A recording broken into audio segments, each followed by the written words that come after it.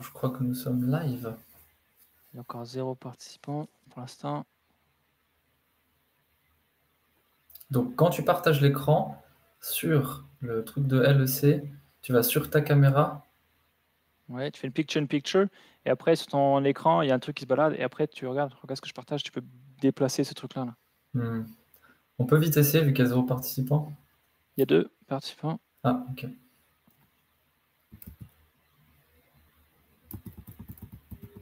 On va attendre un peu qu'il y ait un peu plus de personnes qui arrivent dans le webinaire. Ah, vous êtes en ligne. Parfait.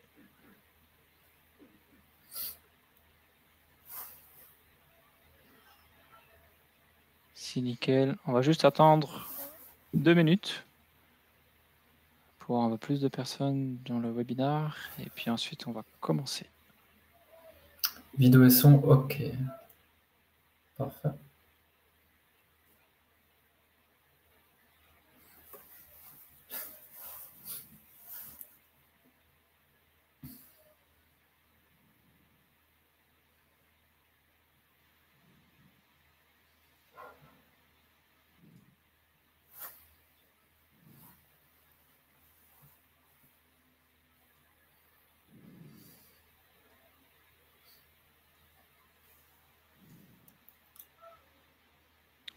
On attend encore un peu.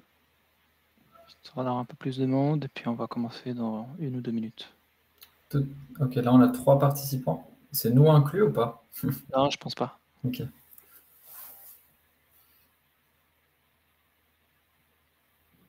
Donc n'hésitez pas, si vous avez des questions, il y a un slot questions-réponses où vous pouvez rentrer votre texte, et puis ça nous permettra d'interagir justement avec les personnes qui sont dans la présentation, et qu'on pourra rebondir justement sur les questions qui seront posées.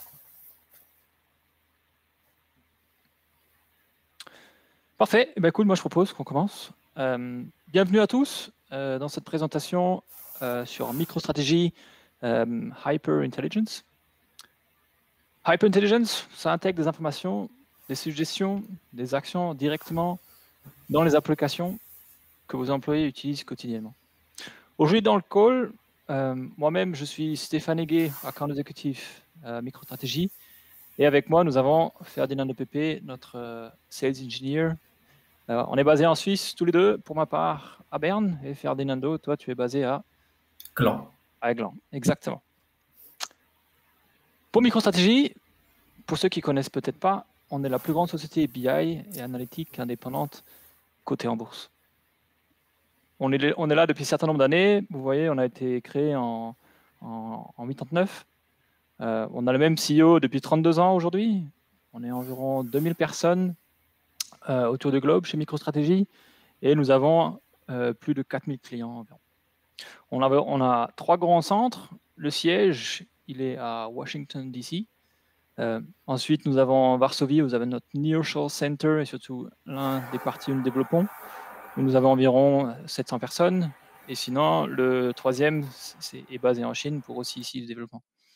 Sinon, en Suisse, on a Ferdinando qui est basé ici en Romandie. Pour ma part, je suis à Berne, et nous avons encore des collègues à Zurich. Mais voilà pour la partie francophone qui sont là aujourd'hui.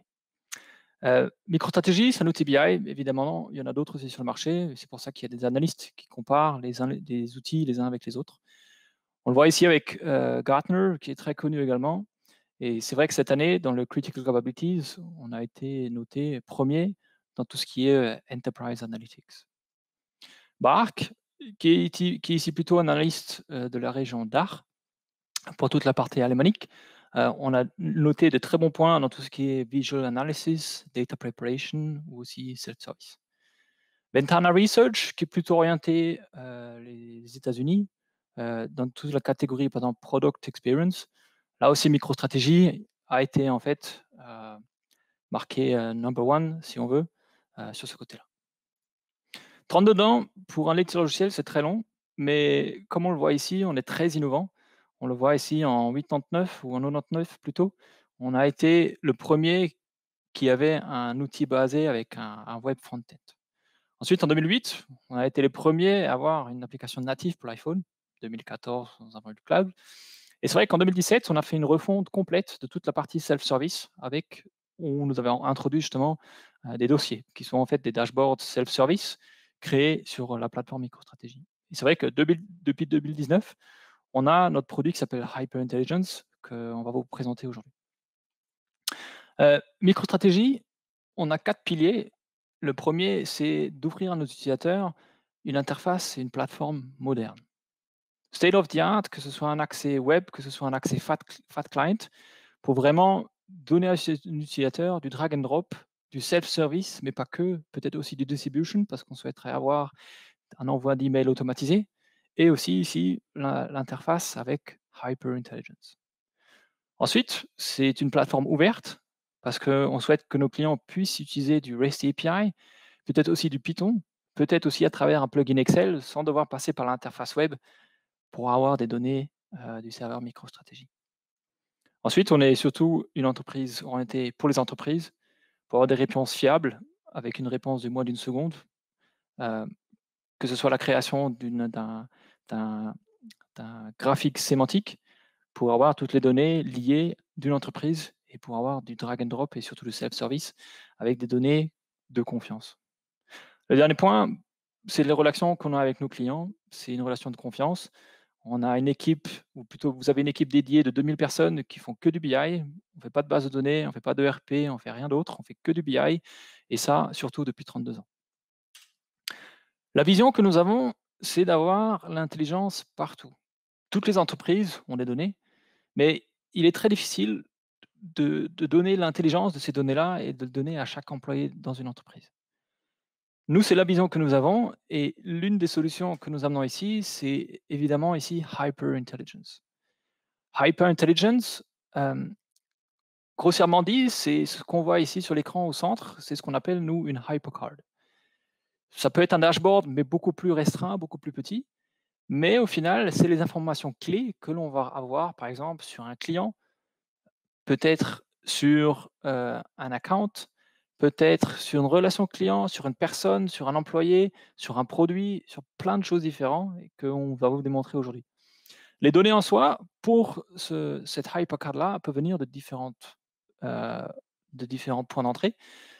MicroStrategy peut se connecter jusqu'à 200 connecteurs différents. Et là, c'est vrai qu'on a mis quelques petits icônes pour vous donner une petite idée, mais c'est vrai qu'on a du SAP HANA, que ce soit du MySQL, du Oracle, du IBM DB2, etc.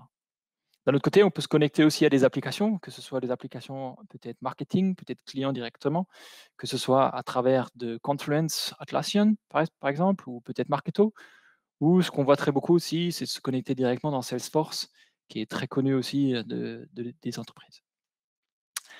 Mais ensuite, lorsqu'on a ces données-là, l'idée, c'est de dire, bah voilà, ces données que j'ai concentrées dans une hypercard, que je peux afficher peut-être sur un attel, peut-être à travers Outlook, mais aussi à travers l'interface web, à travers un petit plugin que l'on va rajouter sur son navigateur. Et ça va nous permettre d'afficher en fait les données à travers cette hypercard, peut-être sur SAP, que ce soit SAP Ariba, que ce soit peut-être SAP Data Quality Management, ou peut-être IBM Maximo, ou IBM Transaction Manager, ou même Oracle, comme on le voit ici avec CRM et ERP, qui sont une interface web.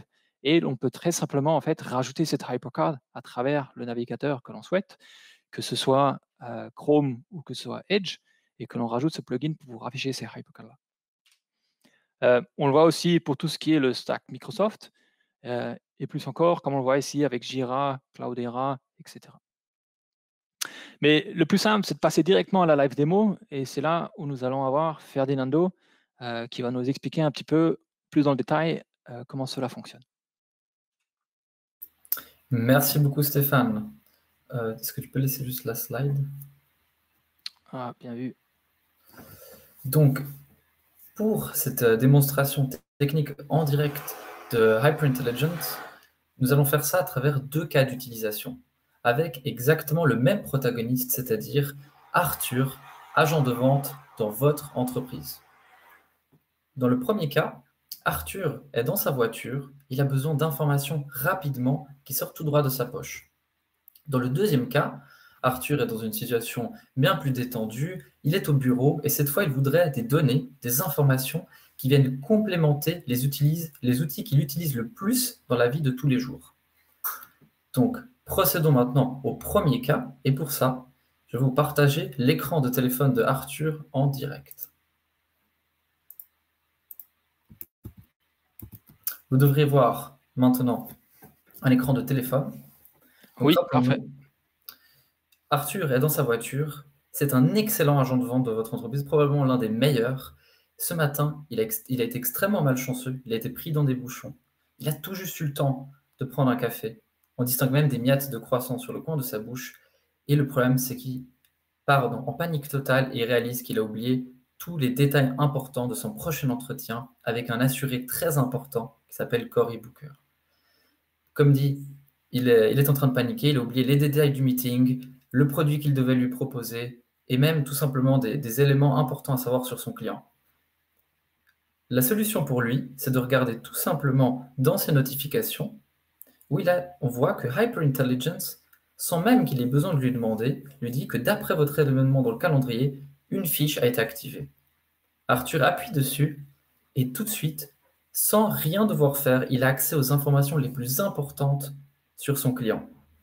Il voit son numéro d'identification personnelle, l'agent qui est normalement responsable pour lui, donc il pourrait contacter sa collègue tout de suite pour lui demander plus d'informations. Il voit quelle est sa profession, quelle est sa dernière communication. Donc on voit tout de suite que le Cory Booker, il n'était pas satisfait avec le service client récemment. On voit depuis combien de temps il est client chez nous. On voit aussi la somme qu'il dépense dans nos assurances chaque année. Donc on voit que c'est conséquent, d'où le fait que ce soit un client important.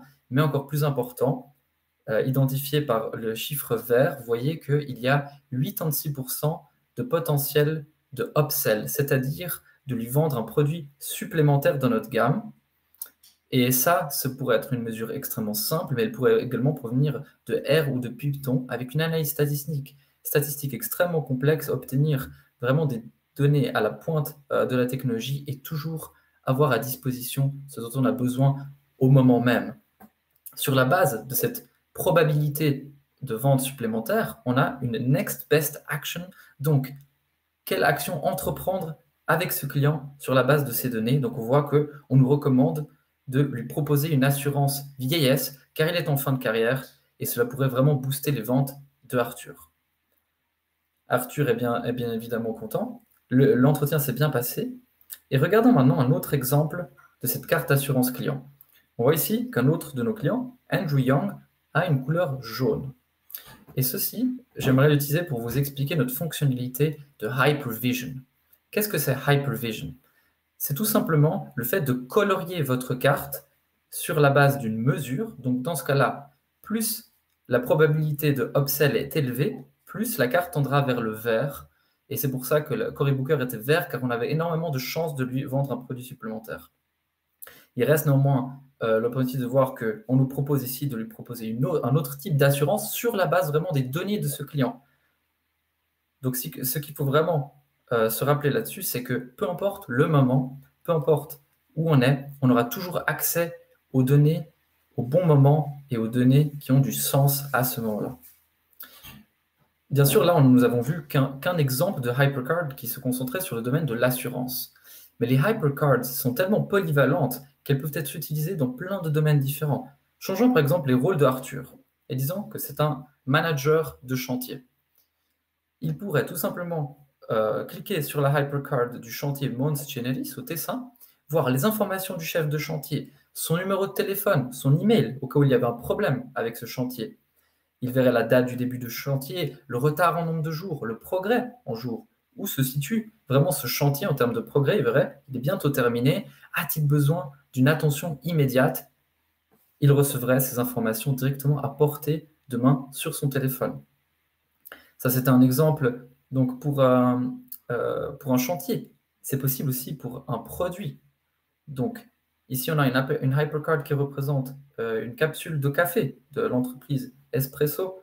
Et on voit ici les informations du produit, la performance du produit, le nombre d'unités vendues, le rang dans les ventes parmi les autres produits qu'on vend, les revenus, les coûts. Donc, vous voyez que le dénominateur commun, c'est toujours d'avoir les informations qui ont le plus de sens pour le type de produit, de personne que l'on cherche à ce moment-là précis ou que l'on ne cherche même pas, dont on a besoin. Et encore une fois, la couleur différente vraiment qui nous indique quel est l'état de cette capsule, est-ce qu'elle a besoin d'un tendance, d'un boost en marketing, on le voit direct à sa couleur.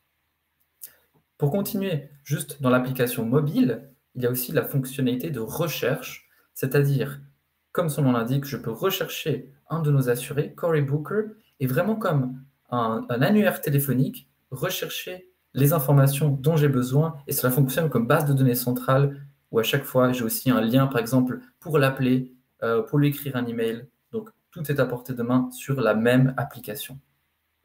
Si on voulait pousser ça encore plus loin, on pourrait même scanner un code barre ou un code QR directement pour faire afficher sa HyperCard. Donc là encore, on voit la polyvalence des HyperCards. Si on était dans un entrepôt, on pourrait scanner un code barre, savoir l'état du stock de cette marchandise, avoir un lien pour en commander plus, etc. etc. Donc ça, ce serait pour l'utilisation de HyperIntelligence sur mobile, mais comme vous verrez, ça ne s'arrête pas du tout là.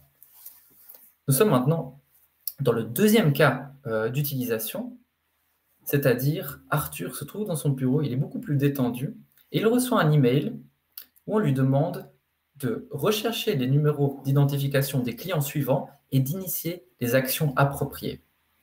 Maintenant, Outlook, c'est un outil que tout le monde utilise, un outil extrêmement important, mais malheureusement, il ne fait pas tout. Nous sommes d'accord. Dans une situation classique, Arthur lirait cet email, il dirait sur Internet, chercherait le système ERP, le système CRM, taperait les numéros d'identification manuellement et trouverait les informations qu'on lui a demandées. Avec HyperIntelligence, toutes ces étapes sont skippées, c'est-à-dire qu'on a maintenant un add-in dans Outlook sur lequel il suffit d'appuyer et similairement à l'application sur mobile, il va scanner pour les mots-clés que l'on a définis, donc dans ce cas-là, les numéros d'identification des clients, mais ça pourrait être leur nom également. Il va regarder dans le titre de l'email, dans les personnes qui l'ont envoyé ou reçu, et même dans le corps de l'email. Donc on voit tout de suite, ça nous montre les hypercards qui ont du sens dans ce cas-là, et je peux tout de suite répondre à mon collègue, lui envoyer un screenshot et voir vraiment ce qui est le plus important. Ensuite, la chose qui est pour moi la plus importante à savoir sur HyperIntelligence, c'est que cela ne remplace pas vos solutions de dashboarding, vos sources de données, mais cela lie les outils que vous utilisez le plus, tels que Outlook ou vos systèmes CRM, aux autres outils, et cela fait une sorte de colle en fait qui vous permet toujours de retrouver ce dont vous avez besoin. Donc là, si je voulais l'appeler pour lui proposer une assurance, je pourrais tout de suite appuyer sans devoir basculer sur mon application de téléphone. Mais regardons une autre HyperCard que nous avons vue avant. Donc vous verrez que c'est toujours extrêmement rapide. Prenons par exemple le Mons Generis. Si j'étais en chemin, je pourrais tout simplement appuyer sur le lien Google Maps et je verrais tout de suite la localisation, je pourrais me diriger là-dessus. Donc non seulement ça nous montre les informations que nous voulons ou voudrions voir à ce moment, mais ça nous permet aussi de comprendre quelle est la prochaine action à entreprendre. Ce qui me mène à la dernière façon d'utiliser HyperIntelligence qui est sur le web. Nous trouvons maintenant dans un exemple de système CRM, donc avec une table de données avec des noms de clients, des noms d'identifiants, et bien sûr, vous connaissez peut-être tous comment ça marche, mais il faudrait filtrer les noms, les chercher, et on ne saurait peut-être pas par où commencer. Avec HyperIntelligence, nous avons un plugin qui est disponible pour Chrome et pour Edge. Il suffit d'appuyer, d'activer les cartes que vous voulez, et sans même devoir aller nulle part avec ma souris, j'ai tout de suite les informations dont j'ai besoin et je sais où me déplacer avec ma souris. C'est-à-dire, je vois que Cory Booker est bleu, on nous avons vu avant, il a une haute possibilité de upsell, donc de lui vendre un produit supplémentaire. Je me rends sur lui. Je vois qu'il y a d'autres clients qui sont rouges, c'est-à-dire qu'il faudrait peut-être les contacter, leur demander pourquoi ils ne sont pas satisfaits avec notre service. Et ceci marche également extrêmement bien pour les lier à un autre système CRM ERP ou bien même à une solution de dashboard où l'on pourrait avoir plus d'informations. Donc si je venais à appuyer sur ce lien, nous avons vu que c'était le client Kirsten Gillibrand et cela filtre mon choix de HyperCard sur le dashboard, me montre les données personnelles seulement de ce client. Et vous voyez que même ici, les HyperCards marchent toujours, viennent toujours nous apporter ces solutions supplémentaires. On voit l'agent qui en est responsable, on voit la progression de la valeur d'assuré de cet assuré, on voit son mix de produits, qu'il a une assurance de moto, une assurance vieillesse, une assurance de voyage, et tout cela grâce à la HyperCard qui a filtré sur ce client, qui nous a permis de tout de suite retrouver ce dashboard et les informations vraiment qui étaient liées seulement à ce client, sans devoir basculer de page et devoir chercher ce client, de le filtrer. Et donc vraiment, ça vient encore montrer à quel point cela fonctionne de colle entre les différents outils que vous utilisez tout le temps. Pour finir, la dernière utilisation vraiment intéressante de HyperIntelligence, c'est encore cet annuaire téléphonique où je peux chercher Cory Booker, par exemple, le trouver tout de suite. Je pourrais aussi taper son numéro d'identification, donc peu importe. Et j'aurai ici ma carte. Donc, même pas besoin d'être sur une page CRM, ORP ou n'importe quelle application web. Je le trouverai ici. Je peux même copier la HyperCard dans mon clipboard, écrire un email et l'envoyer, par exemple, à l'un de mes collègues avec la HyperCard formatée telle qu'elle et les informations condensées dont on a besoin sur le moment. Pour conclure, HyperIntelligence vous offre des réponses vraiment sur le bout des doigts, que ce soit sur le web, à travers n'importe quelle application web, vous pouvez activer vos HyperCard. Vous faites une recherche sur Google, HyperCard va marcher aussi. Hypermobile, nous avons vu que c'est vraiment le timing des informations. On a toujours accès à beaucoup d'informations de partout, mais là, on y a accès au bon moment sans devoir les chercher. Et pour finir, rendre son Outlook plus intelligent en y injectant des données pour ne pas devoir en sortir et vraiment se concentrer sur les tâches qui comptent sur le moment. Voilà, ça conclut ma partie de démo. Je crois. Je vais arrêter le partage.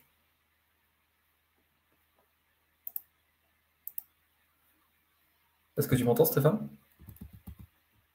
Oui, c'est moi qui suis en mute. Ah. Non, je vois qu'on a déjà plusieurs questions qui sont déjà là, mais n'hésitez pas à en poser d'autres. La première question que je vois, et je comprends très bien cette question, quels sont les coûts que l'on a par utilisateur si on veut utiliser HyperIntelligence? Et là, la réponse est toute simple, c'est 10 francs par utilisateur par mois. On le voit aussi simplement sur notre site web, c'est une offre Software as a Service. Donc on peut commencer dans la minute. Si vous allez sur notre site, si vous dites « Ok, je souhaite commencer », vous avez 90 jours pour tester, pour regarder si ça fonctionne. Vous avez le support aussi de Ferdinando pour regarder si tout fonctionne comme vous le souhaitez. Et en tout cas, c'est avec ça qu'on peut facilement aller de l'avant. Ensuite, peut-être une question pour toi, Ferdinando. Je vois, quelle est la rapidité de mise en place? Est-ce que si je veux mettre en place HyperIntelligence, est-ce qu'il me faut ici, c'est un projet de mois ou c'est quelque chose qui se fait très très vite? C'est une excellente question, Stéphane. La réponse, c'est vraiment une question de minutes. Peut-être pour la première HyperCard, il faudra un tout petit peu plus de temps pour connaître l'outil, mais ça se fait à travers notre outil centralisé de Workstation. Il faut une base de données, on importe ces données une fois, et ensuite, on a vraiment cet outil de drag and drop où on prend les valeurs que l'on veut avoir sur la HyperCard, on les glisse dessus, on sauvegarde ça, et la HyperCard est prête. On l'a construit une seule fois et elle est disponible pour tous les utilisateurs, maximum 1 heure et c'est déployé. C'est-à-dire, je comprends bien, en fait, en gros, si on a des connaissances pour créer un PowerPoint, on devrait être presque assez qualifié pour créer une HyperCard. Tout à fait. D'accord. Sinon, j'ai une autre question encore. Où sont stockées les données des HyperCards? Alors, les données de la HyperCard sont stockées dans ce que MicroStrategy appelle un cube. Donc, c'est des données que l'on importe à travers les différents connecteurs que l'on peut voir. Ça peut être n'importe quel, enfin, plein de formats différents. On a plus de 200 connecteurs. Donc, elles peuvent provenir de Excel, de SAP, de plein de formats différents. On les importe dans MicroStrategy et c'est un format que nous on appelle le cube. Et c'est de là que va se nourrir la HyperCard pour afficher ensuite les données. Et c'est contre cette base de données que HyperIntelligence va matcher en fait les mots-clés que vous verrez sur le web, sur Office et peu importe où vous les visionnez. Exactement. Je pense que la question est aussi si on veut utiliser du cloud ou si on veut partir avec une solution on-premise. la question que je vois ici, c'est, voilà, je vois ici un des participants qui pose la question. C'est sur du cloud, donc c'est sur Amazon ou AWS, mais on a des clients qui installent aussi ça on-premise. C'est-à-dire que vous pouvez installer toute la partie HyperIntelligence, et on a des grandes banques et des banques privées qui utilisent ça. Et là, cloud, c'est un no-go. Donc, en fait, vous êtes libre de choisir si vous voulez aller avec une solution Software as a Service, malheureusement pas encore en Suisse, ou avec une solution on-premise, et on peut installer le serveur dans vos locaux sur une machine dédiée. Et là, tout se passera en fait dans votre système informatique. Il n'y aura aucune connexion ou demande ou données qui circulera, par exemple, sur le cloud. Voilà. Est-ce que, je vois qu'il nous reste encore 10 minutes. Est-ce que, Ferdinando, est-ce que tu as la possibilité de créer peut-être une hypercard assez rapidement, ou peut-être prendre une que tu as créée et pour montrer un peu l'interface de création, peut-être? Tout à fait. Parce que je vois qu'il nous reste un peu moins de 9 minutes, mais je pense que ça pourrait être assez intéressant. C'est une bonne idée. J'ouvre ça maintenant. Donc, il y a une autre question de Monsieur Chanel.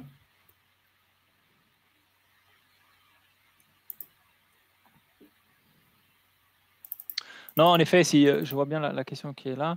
En effet, si on va voir si on va voir l'installation on-premise, c'est évidemment pas la partie software as a service. Mais là, ça dépendra, et je pense qu'il faudra voir dans le cas que vous avez, dans quelle mise en place vous souhaitez aller. Et là, je pense qu'on est assez flexible, qu'on arrivera à trouver le use case qui fonctionne dans votre cas également. Donc moi, ce que je peux faire, c'est que je peux faire un lien pour que vous puissiez nous joindre à travers d'un rendez-vous en dehors de ce webinaire. Comme ça nous permettra justement de discuter le use case que vous avez et peut-être aller dans le cas spécifique. Alors, j'ai la HyperCard si tu veux que je montre le processus de création. Ouais, vas-y, il nous reste encore un peu de temps. Alors.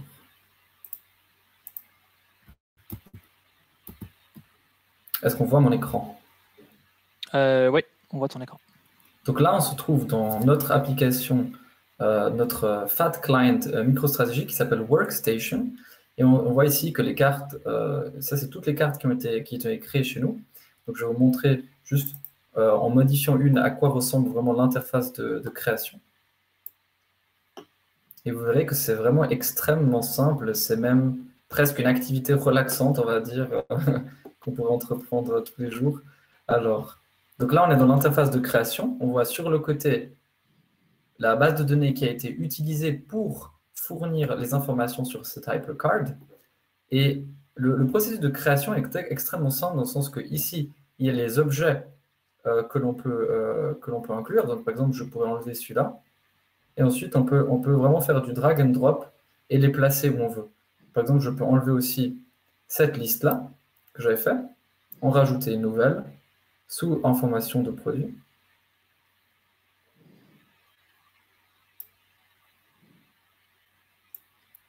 Mon ordi qui chauffe un petit peu.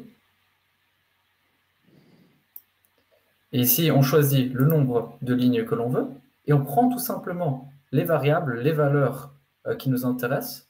Donc ici, on veut voir quel est son premier produit, quel est son deuxième produit et quel est son troisième produit s'il en a un.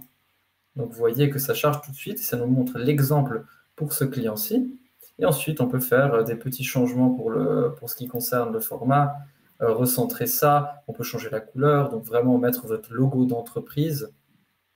Et la partie la plus intéressante est peut-être le header, la tête de cette HyperCard, où on peut choisir quels seront les mots-clés qui vont activer cette HyperCard. Donc par exemple ici, le nom et l'identifiant client vont faire apparaître cette HyperCard. Donc les deux peuvent marcher. Ensuite, les liens, par exemple, on a ici, donc nous on avait un dossier, on peut avoir un lien interactif qui filtre sur le nom de ce client, qui nous montre justement, comme on a vu dans l'exemple précédent, où on met simplement un lien interactif qui se base sur le nom du client et qui nous montre ses informations à lui. Et ensuite, il y aurait peut-être la fonction des couleurs où on choisit la mesure que l'on a importée, donc il peut être simple ou plus compliqué, et on choisit les valeurs à partir de laquelle la carte change de couleur et informe donc nos clients qu'une certaine action doit être entreprise. Je sais pas si tu veux. Je vois juste une dernière question encore, c'est est-ce qu'il est possible de créer des KPI on the fly, des calculs par exemple? C'est une Je très sais bonne pas question si et tu c'est as parfait. âge et tu multiplies par 2 ou tu divises c'est peut-être mauvais exemple l'âge, c'est peut-être trop facile de diviser par 2 l'âge.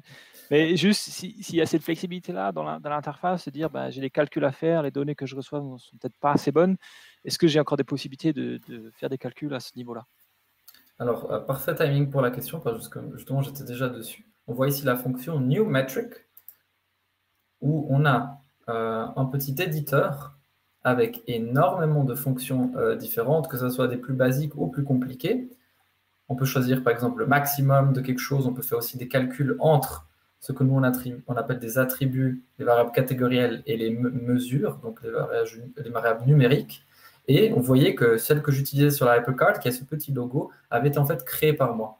Donc j'avais pris le maximum de cette mesure. On peut faire aussi l'âge divisé par 3, par exemple, et l'appeler âge divisé par 3. Et ça, effectivement, ça nous donne la flexibilité, lorsque notre base de données n'était pas totalement complète, de rajouter des nouvelles mesures à notre souhait, limitées par le nombre de fonctions qu'on a ici et aussi des connaissances des personnes. Ah, parfait. Et j'imagine qu'une fois que tu as créé cette mesure-là, c'est par drag and drop ensuite que tu peux en rajouter Tout à fait. des grilles. Alors, je vais vous le montrer maintenant. Donc maintenant, on voit que la nouvelle mesure s'est ajoutée. Elle a ce petit f de x. Oups, j'ai enlevé une des mesures, ce n'est pas grave. Je peux juste tout simplement rajouter h divisé par 3 et on voit que c'est bien 50 divisé par 3. On peut rajouter les chiffres après la virgule, ne vous inquiétez pas, au cas où. Et voilà, Pour le formatage, tu veux dire? pour le formatage, on peut changer effectivement. Mmh. On peut l'avoir en francs suisses, en dollars. Donc il y a beaucoup de possibilités différentes. Ah bah, c'est parfait. Bah, j'espère que ça vous a donné en tout cas une bonne, comment on appelle ça en anglais? Une overview de ce qui est MacroStrategy, de ce qu'on peut faire aujourd'hui avec Hyper Intelligence. Surtout l'interface de création, je pense que merci encore Ferdinando d'avoir montré, on the fly ici un peu la création. Alors on va pas créer from scratch, mais ça donne un peu une idée de l'interface drag and drop qui est mis en place. De la création. Ah merci Ferdinando, j'entends une perceuse dans le fond. Mais ça donne un peu une idée de ce que est Hyper Intelligence. N'hésitez pas, j'ai mis le lien du lien de Lake Expo. Vous verrez là-dessus la possibilité, en tout cas, de positionner ici un rendez-vous d'affaires par visio. Si vous avez des questions, si vous voulez avoir plus de détails, si vous voulez peut-être un environnement de démo, avec grand plaisir, n'hésitez pas à revenir vers nous. On est basé en Suisse. Pour moi, Berne, Ferdinando Aglan, on est local. N'hésitez pas à venir vers nous. On a fini un peu en avance, mais je pense qu'il nous reste 2 minutes. N'hésitez pas si vous avez encore des questions. Moi et Ferdinando, on restera dans le call pour s'il y a d'autres questions qui apparaîtraient. Mais sinon, merci beaucoup en tout cas d'avoir participé à cette petite présentation de notre part. En vous souhaitant en tout cas une très bonne fin d'après-midi. De même pour moi, merci beaucoup. Et je voulais peut-être ajouter, pour ceux à qui ça intéresserait, qu'on propose même une session de design, de workshop ensemble, où on brainstorm sur des idées de HyperCard. Donc même si vous semble que c'est intéressant, mais que vous n'avez pas d'idée, on peut aussi proposer ça, trouver une idée de HyperCard ensemble, créer son design, choisir le bon mot-clé. On fait aussi ça au cas où vous savez que c'est intéressant, mais que vous ne savez pas comment l'appliquer à votre business. En effet, merci Ferdinando. Eh bien, merci à vous. En vous souhaitant en tout cas une bonne fin d'après-midi.